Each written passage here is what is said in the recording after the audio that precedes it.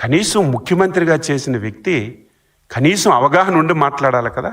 మీ పేపరే మీరు చెప్పారు 1200 ఆ పేపరే 300 రూపాయలకు కొంటున్నారని రాశారు. ఎంత తప్పు మీరు మాట్లాడుతున్నారని ఒక ముఖ్యమంత్రిగా 5 సంవత్సరాలు చేసిన వ్యక్తి మాట్లాడే అర్థం. ఎస్, మార్కెట్లో 3 రూపాయలు ఉంది, ఒకరోజు 4 రూపాయలు ఉంటుంది, ఒకరోజు 5 రూపాయలు ఉంటుంది, ఒకరోజు 7 రూపాయలు ఉంటుంది.